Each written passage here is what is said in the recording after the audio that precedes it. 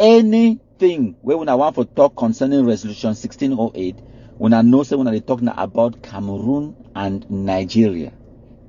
Breaking up Cameroon would automatically break up Nigeria.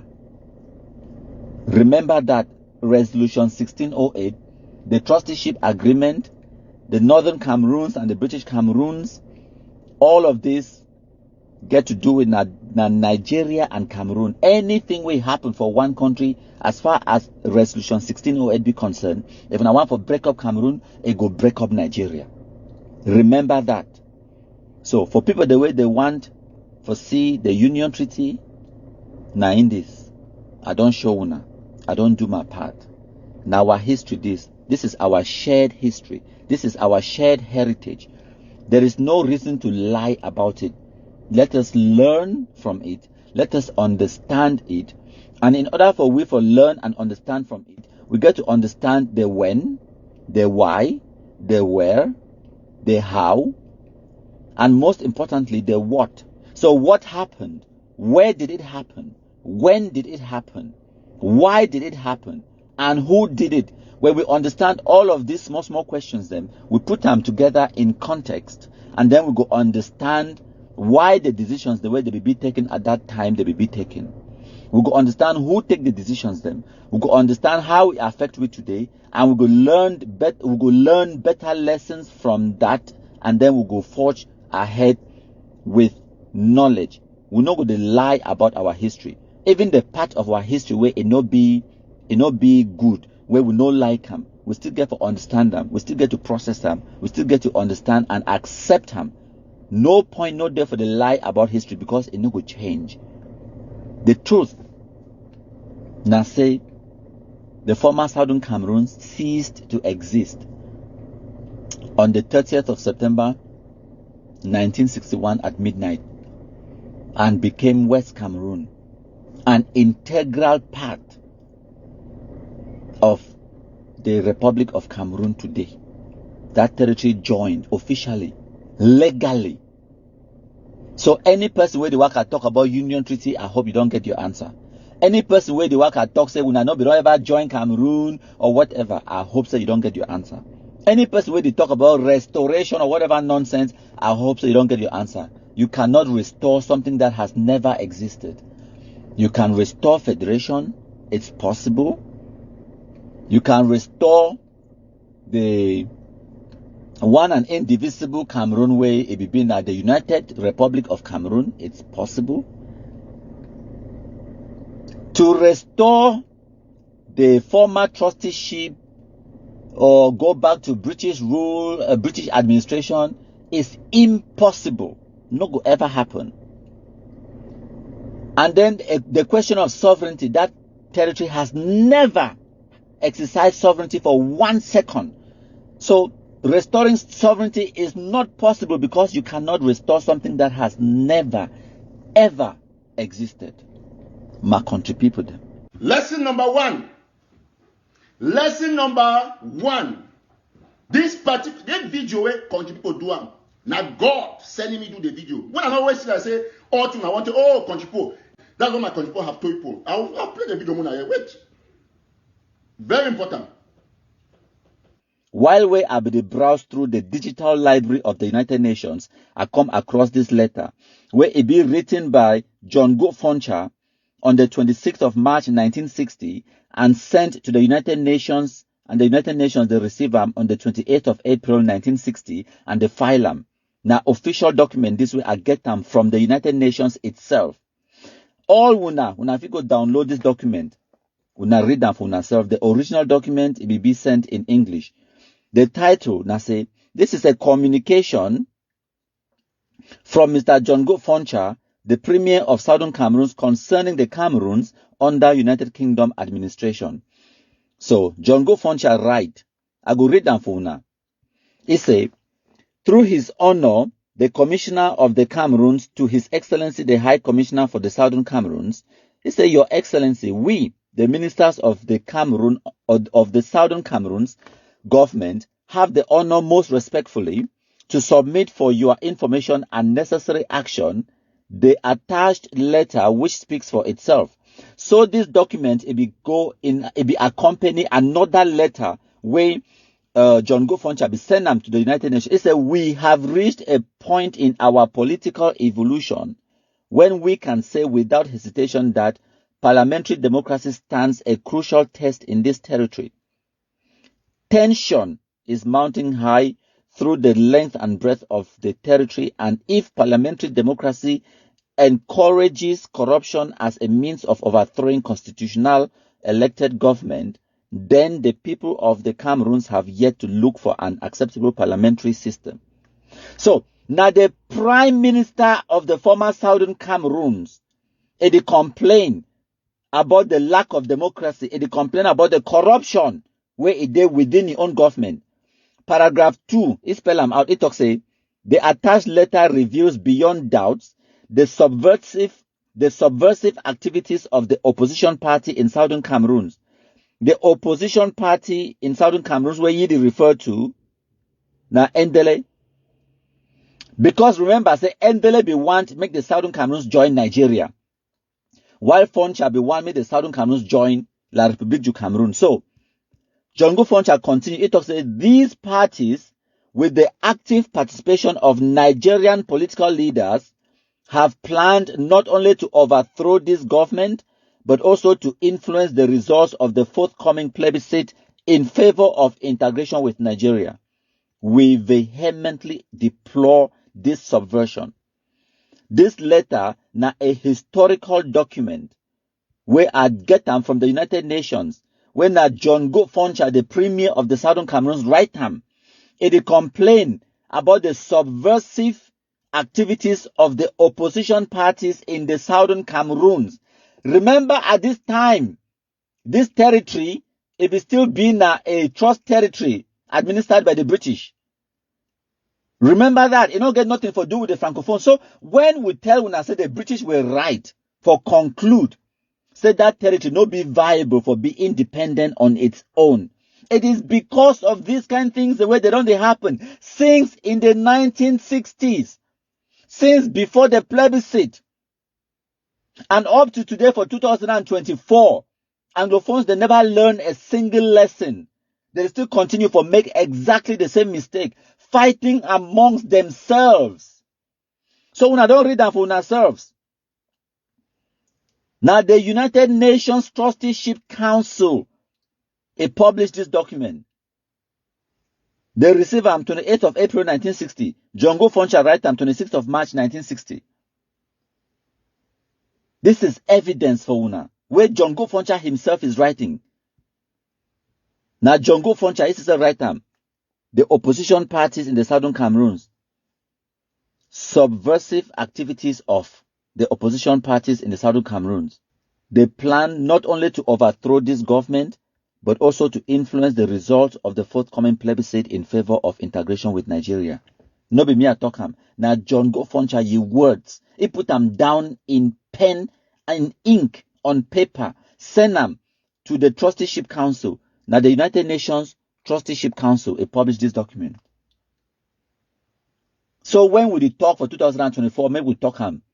They get conscience. Maybe we talk him from a place of knowledge. Maybe we do our research. Maybe we understand the political calculations that were made in the 1960s by John Go Foncha, Endele Muna, and the rest. Their number one priority at that time was preserving their own survival. It not get nothing to do with defending the Southern Cameroons, protecting the people's rights or whatever. It was about staying in power, protecting the KNDP, protecting your own political future, and that's what guided their decision making in the 1960s. The greatest weakness where Anglophones to get them. Since then, and it still be till today, now infighting. This video where country people do am. Now God sending me do the video. When I always see that I say, oh, I want to, oh, country people. Listen, whether or not you accept my country people is a force to reckon with. Me, I agree. You listen to the video, it tells a lot of things. Kunkumaster the kind of way it work with the Cameroon government. It don't confirm for this video. We thank my country people for the wonderful job.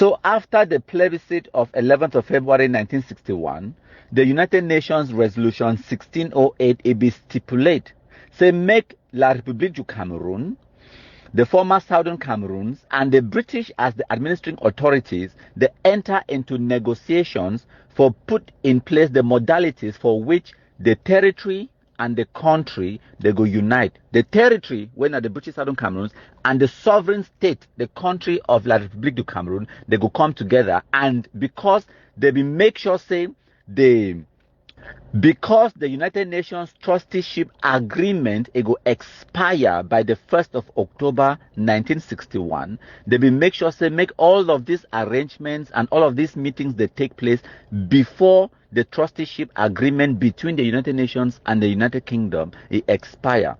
Now, this video where we now go watch them now from Amber Alphabet TV, ABC Facebook page, where the two people them na Ambazonians them they could talk about what will be happen for the Fumban Constitutional Conference of 1961. When I listen, if you read that document, it says clearly that in the event that we voted to join La République du Cameroon, the French-controlled part of Cameroon, that the British administering authority, together with the United Nations, will accompany the former British Southern Cameroon to meet the representative of French Cameroon to craft out the modalities of the union, the time frame in terms of speed, as well as the constitutional modalities. Number one, you don't see the French mentioned in that group of individuals to accompany the two parties in crafting the resolution. You heard that the British had a responsibility to accompany the administration of former British Southern Cameroon together with the United Nations to go to that, to craft the modalities of coming together, and that the government will be passed over to the competent authorities that have been agreed on. But what do we see that happened? When Foncha now met with Ahidjo in Fumban to craft the constitution, you did not see the British there, and you did not also see the United Nations represented, but you saw the French, who were not supposed to be there, accompanying Ahidjo. So what truly happened? When the British came down to basically pass over the government when we had our independence on September 30th of 1961, remember we celebrated October 1 of 1961, the British handed the flag not to Foncha but to Ahidjo, which was again a violation. Basically, they had already sold us. And then they immediately left. In these negotiations and discussions between Foncha and Ahidjo, Ahidjo went to his parliament and basically, as a dictator, told them what they had to do. And they gave the information and they passed it on to Foncha. And Foncha did not share this information with our fathers who were going to Fumban. So that when they arrived Fumban, remember, it's first of all a fake union because Britain was not there. The United Nations was not there. So but the French were there who were not supposed to be there. When they went, they were surprised to see that Ahidjo said, according to the document that we had already given you, the people were surprised to say, which document? They had given it to Foncha and Foncha did not give them, so they never read it. So they basically hurriedly added some clauses to that constitution. So, when they here for 2024, Anglophones that the complaints say for the Fumban Constitutional Conference, the United Nations or the British, they were not represented. Whose fault is it? Whose fault is it?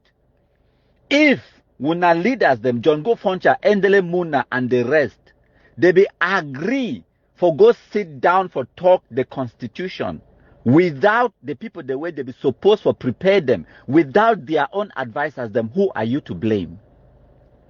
They complain, say France, it be there for them. Yes, not France as a country, but President Amadou Ahidjo be doing homework. President Amadou Ahidjo be bring along advisors, people the way they know passy. He be seek legal advice, how for draft constitution. How he do his homework. President Amadou Ahidjo do his homework for that constitutional talks. Even though he be being at the bigger country, the bigger power, and he be get all the advantage, he still bring people the way they go advise the delegation. He still bring people the way they go advise the delegation. They go advise on how to go about drafting the constitution, because he be politician, he be protect na ye interests. So if una no be protect una interest, who are you to blame? Anglophones, you cannot have your cake and eat it, or you cannot eat your cake and have it. Now una responsibility for make sure say the British the day for that Fumban Constitutional Conference. Now una responsibility for make sure say una seek legal advice for people then for advise una for that Fumban Constitutional Conference. As a matter of fact, the Southern Cameroon's Bar Association, the lawyers them, the legal minds of the Anglophones at that time in 1961, they be offer their legal services to John Go Foncha willingly for free. Now John Go Foncha be deny, a reject for take legal advice before he go for that Fumban Constitutional Conference. So President Amadou Ahidjo prepared a draft constitution, presented it to the British and presented it to John Go Foncha. John Go Foncha took the document and hid it from his own delegation. Who do you blame, Anglophones? Judge yourself, search your conscience, ask yourself, who are you going to blame for the incompetence and the wickedness of the Anglophone political leaders in 1961? Who are you going to blame? The British? You go blame Francophones for what way we fail for do? Our leaders, the way they get responsibility for fight for we, they no fight for we blame different person. Now who be take the, I mean, why are we even talking about President Amadou Ahidjo drawing up a draft constitution? Where was the draft constitution from the West Cameroon delegation? Una no draw una own constitution because they for take the two constitutions that they put them together, they compare them and they see which way we fit take them from each side. But you did not do your homework. One side they do their own homework. Una not do una own homework. And then when the other one side even do your own homework, they can't present them to una, say una examine them. Una deny una for examine them. Today, una want blame na who? And una go hear the same Ambazonians, they tell una, wait way me, I don't tell una, say, the sovereignty of that territory was handed from the British to President Amadou Ahidjo. He don't talk him no. Because if not only me wanna talk him, when I go think say maybe I make him up. No. Even the Ambazonians they talk him. Capo Daniel don't talk him. This pardon can't talk him. It's a historical fact. That territory has never been sovereign. All of those things happened because of the political dynamic in West Cameroon, not Francophone Cameroon. One of the reasons why we John Go Foncha be take that document in no share them with the delegation now because of the well-known infighting between John Go Foncha and Endele and all the other political leaders in West Cameroon at that time. And remember, say, John Go Foncha now he be the advocate, say make that territory a joint Cameroon. Meanwhile, Endele he be the campaign, say make that territory join Nigeria. So there was a lot of infighting. And as far as John Go Foncha be concerned, all those negotiations, them, all those political calculations, they will be making, it be the making for protect your own personal interest. Even though at that time, it be believes that it also protect the interest of ye people. Then they be miscalculate, yes, but those calculations were made based on the political situation of their time. They were very naive. They were very incompetent. They were very, very inadequate for handle the state's affairs or the affairs of the state. And that is exactly why the British, if they make the assessment, say this territory is not viable to be independent on its own. And the British were 100% right. Now look at us today for 2024, February. Ask yourself this simple question. Are Anglophones capable of running their affairs? Are we capable of being a sovereign state? Ask yourself that question and answer it for yourself. Be honest with yourself. Look at the stupidity, the infighting amongst the Anglophones, the way they call themselves Ambazonians. Look at the national and international disgrace where they give way on a daily basis. Look at the incompetence. Look at the lies. Look at the fake news, the manipulation. Look at the inexperience. Look at the gullibility. Look at the wickedness of Anglophones, and then ask yourself and Be honest with yourself. Are we viable to be an independent nation? I will let your conscience judge you.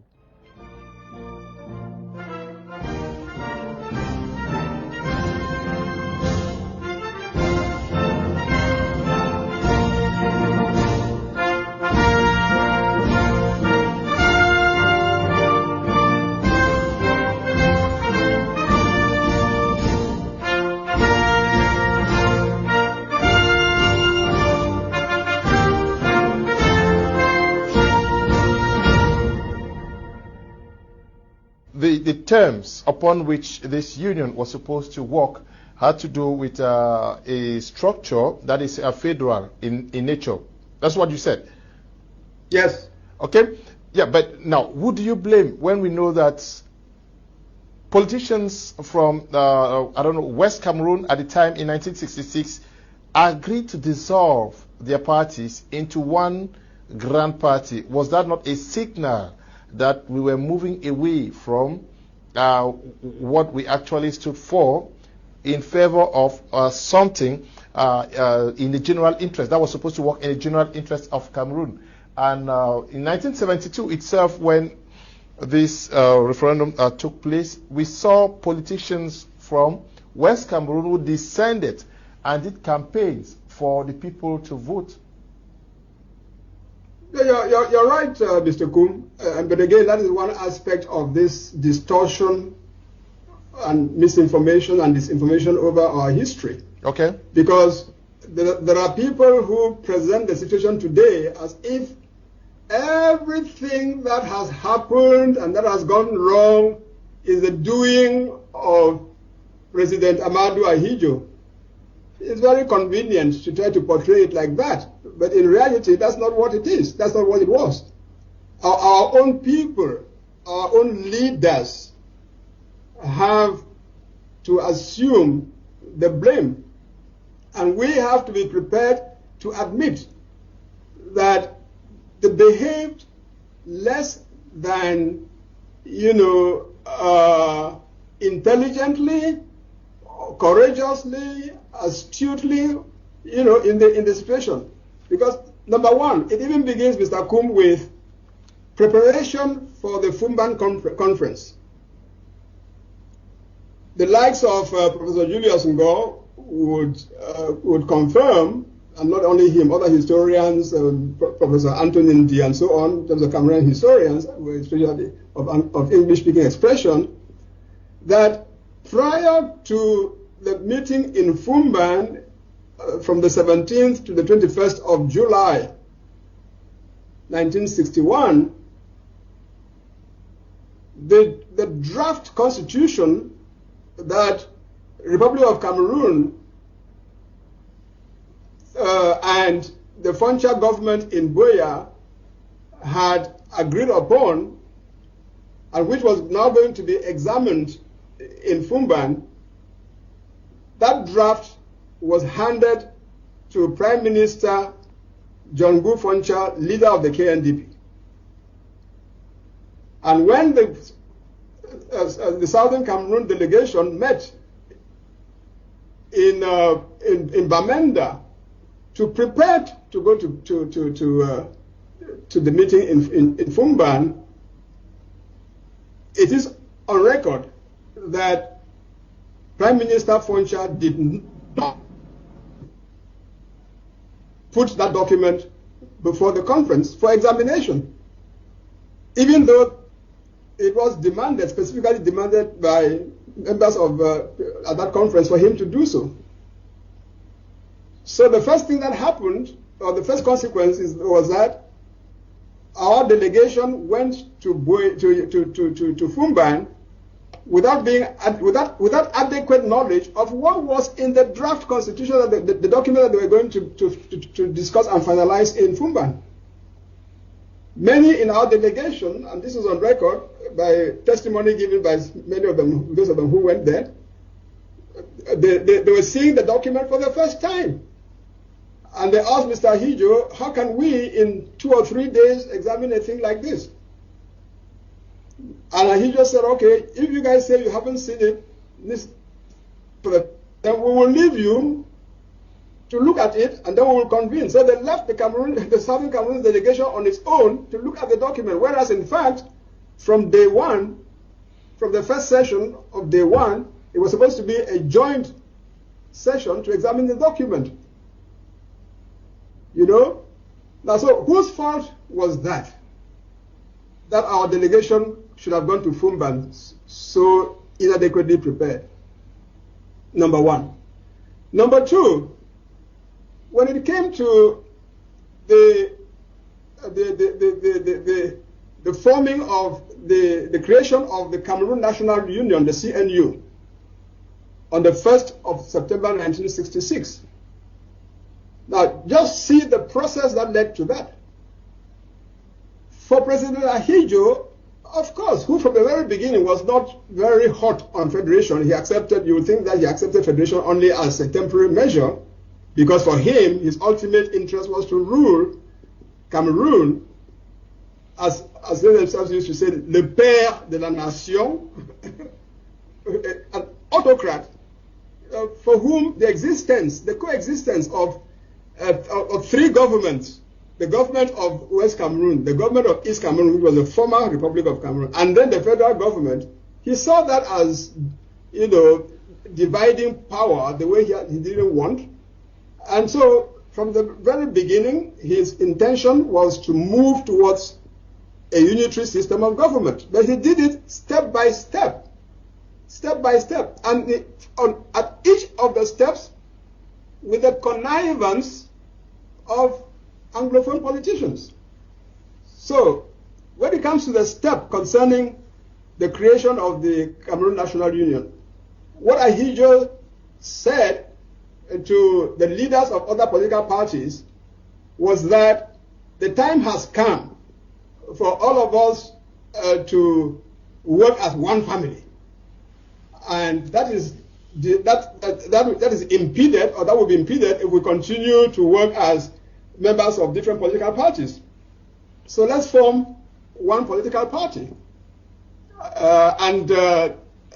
His propaganda was to say that we're not forming a parti unique. We're going to form a parti unifié. So it's not a single party that we're trying to create. We're trying to create a unified party, by which he meant that, listen, this party is going to be a conglomerate of my party, the Union Camerounaise, Mr. Foncha's party, the Cameroon National Democratic Party, Mr.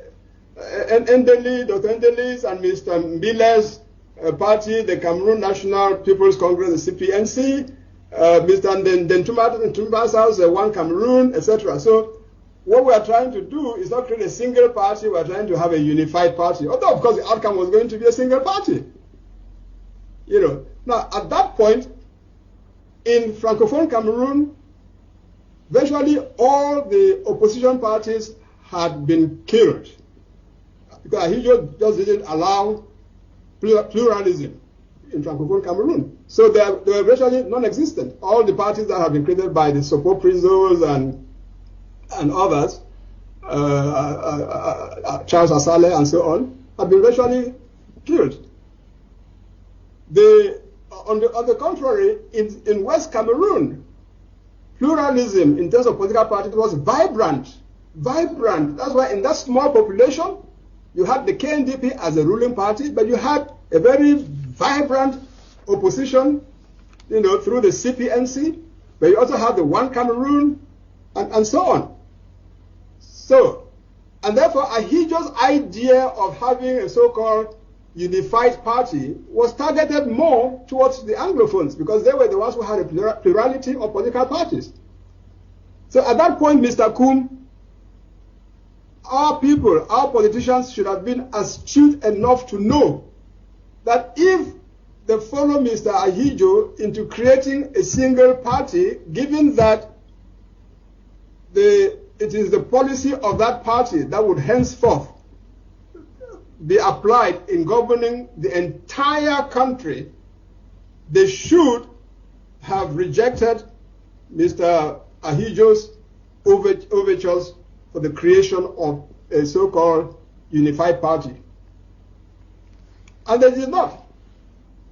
And the reason why they did not was because, you know, there are chapters of this story that would need to be emphasized.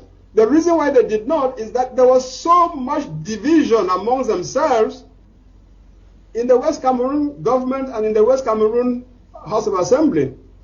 So much division, and Ahidjo just capitalized on those divisions. You know, and therefore there were some of them who were very keen to join Ahidjo in order to escape what they saw as the oppression of the KNDP in West Cameroon. You know, so they agreed with the scheme.